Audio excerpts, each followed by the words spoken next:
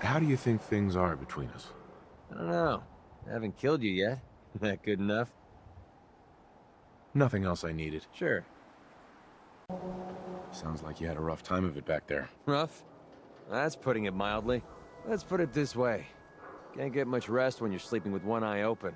Still, it was the best place for me to set up shop. Diamond City's goons would have run me out of town, and wandering the Commonwealth alone isn't the brightest plan when you're hard up for caps. Caps are pretty important. You're goddamn right they are. Right now, I need every cap I can get. Sounds pretty bad. I guess you could say that.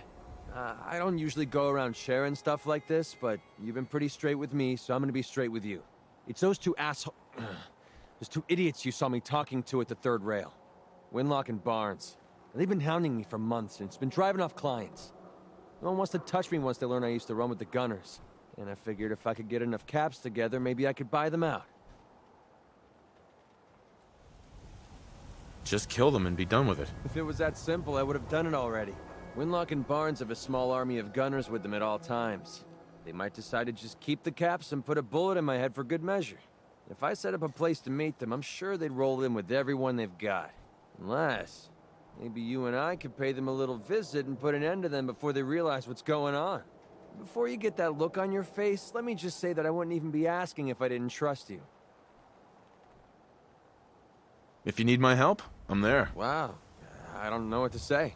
Truth is, I haven't been able to rely on anyone since I was a kid. Everyone I've met has either tried to rip me off or plant a knife in my back. But you're different. We see eye to eye on almost everything. And I have a funny feeling you actually care about what happens to me. That's why I asked for your help. I'll tell you what. I'm gonna make this easy on you.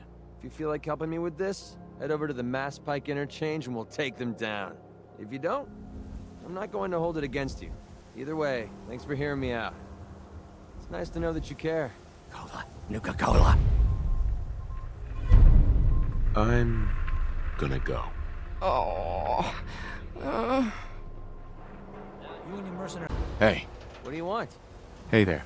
That should send a message to the Gunners to stay off my back. I'm sure they heard you loud and clear. Definitely. The Gunners, it's always about the bottom line. And they just lost this entire way station, and that cost them big. Besides, they have no way of knowing I was involved. Anyway, I guess I owe you a favor now. After all, you hired me, but I'm the one that dragged you out here.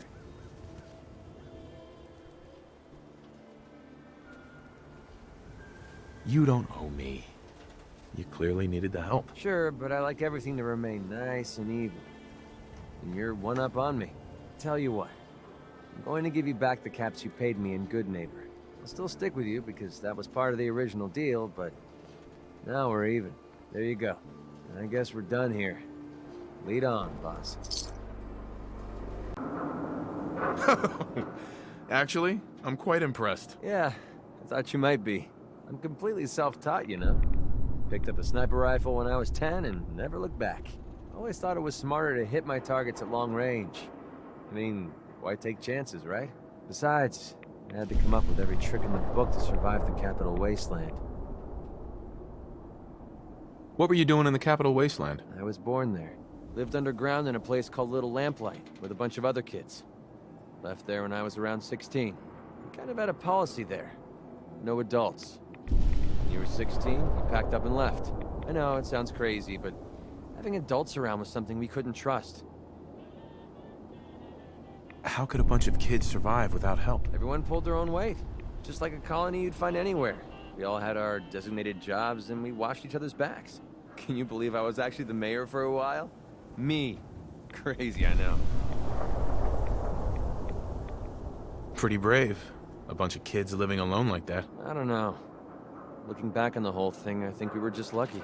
Anyway, when I hit 16, I ended up wandering the Capital Wasteland for a while. I took the odd job here and there, but things were pretty hot with the Brotherhood of Steel running the show. So I hitched a ride with a caravan and made my way north until I ended up here. Made a pretty decent name for myself before I heard that the Gunners needed some sharpshooters. Biggest mistake of my life. They were animals. Killed anything that moved if it got in their way. I went with it for a while because the caps were good, but I don't know. I guess it started to catch up with me. So I quit, which pretty much brings us to now. So there you have it. My whole life in a nutshell. Sounds like the road can be a lonely place. Until you meet someone to share it with. I never thought of it that way. Maybe that's why I feel so comfortable telling you all this. Look, I know I tend to be a pain in the ass. I know I tend to be arrogant and I come off like I want to be alone. Nothing could be further from the truth. Being alone scares the heck out of me. Now that we've been traveling together for a while, I'm beginning to realize how much I missed having someone I could depend on. I just wanted you to know that I'm going to do everything I can to see that it stays this way. Well, that's all I had to say. Hope you got something out of all that. I know I did. Is that a Pip-Boy? We're friends. No thanks necessary. Well, I wanted to say it anyway. You stuck your neck out for me. I don't forget things like that. Cursing doesn't offend me, you know. I didn't think it did. It's not about you, it's about a promise I made. When I left the Capital Wasteland, I didn't just leave Little Lamplight behind. I left my family behind. Had a beautiful wife named Lucy, and a son we named Duncan. He's the one I made my promise to. The promise to clean up my act and to be a better person. I guess that sounds pretty stupid coming from a guy who shoots people for a living. You must have had a good reason to leave them behind. That's what I keep telling myself. My son, he's sick. I don't know what's wrong with him. One day he's playing out in the fields behind our farm. The next he took a fever and these blue boils popped up all over his body. Last I saw, he was almost too weak to walk. I didn't dare ask him to come with me. Honestly, I don't know how much longer he's going to last. There must be something we can do. I was hoping he'd say that. A few months before we met, I bumped into a guy named Sinclair who claimed his buddy caught some kind of disease. I thought he was wasting my time until he said his partner broke out in blue boils. They dug up information about a cure at a place called MedTech Research. They even managed to grab the building's lockdown security codes. Unfortunately, Sinclair's buddy died before they were able to break into the facility. I mean, there's no way that's a coincidence, right? MedTech has to be the place.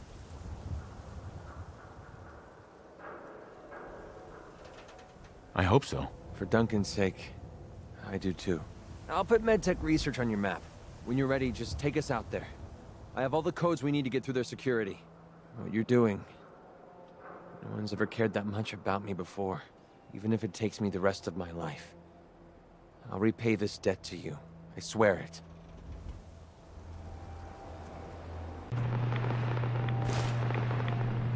Perfect.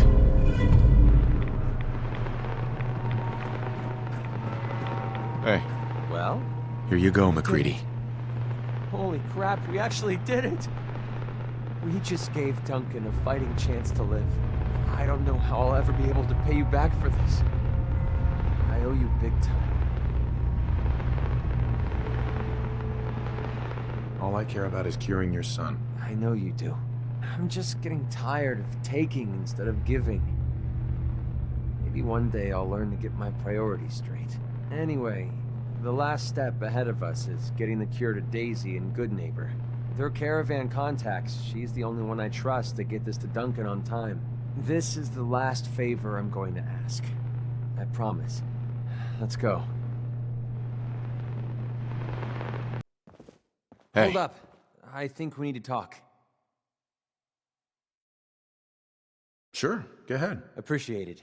I've been waiting for the right moment to talk to you, and I suppose this is as good a time as any. After helping me get Duncan's cure for MedTech, I figured I owe you something. And I always pay my debts. Here. I wanted you to have this.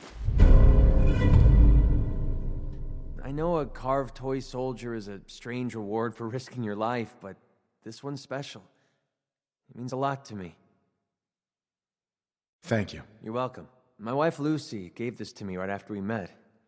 I told her I was a soldier, and she made it for me. Never could bring myself to tell her the truth. That I was just a hired killer. And the soldier story was the best thing I could come up with. I didn't want to lose her because of what I was. I'm sure you had good intentions. I had a feeling you'd get where I was coming from. It doesn't really matter anymore. She died a few years back. We made the mistake of holing up in a metro station one night. We didn't know that the place was infested with ferals. They were on her before I could even fire a shot. Ripped her apart right in front of me. There was nothing I could do. Took everything I had to escape with Duncan in my arms. Maybe it would have been better if we died there with her. You may have lost your wife, but you saved your son. That counts for something. Maybe. I don't know anymore. Damn, I miss Lucy. No matter how bad things got, she was always there with a shoulder to lean on. It gave me... Well, it gave me the courage I needed to press ahead. To never give up. When she died, I thought that feeling was gone forever. Then I met you. You have the world's problems in your back, and here you are helping me with mine. Lending me your shoulder like Lucy did. I just want you to know how much your friendship means to me. I was hoping what we have together could be more than friendship. I don't know. I mean, I never thought of us that way. What about your wife? I know she's gone, but you still love her, don't you? That's the past. You're all that matters to me now. I don't know what to say. I know I was taking a chance dumping all my feelings on the table, but now that I know how you really feel about me, it was definitely worth the risk. For once in my life, everything's going right, and I have you to thank for it. I don't think anyone in the world could ask for a greater gift than that. Thank you.